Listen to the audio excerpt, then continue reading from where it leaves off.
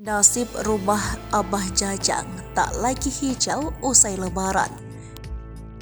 Diketahui sebelumnya sebuah rumah dengan pemandangan indah menawan viral di media sosial.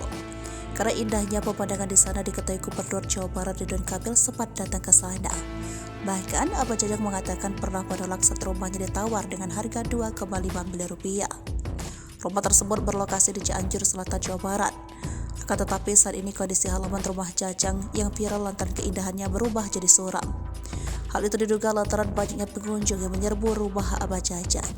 Video yang dibagikan tampak jelas rumah Abah Jajang tak lagi sehijau sebelum viral.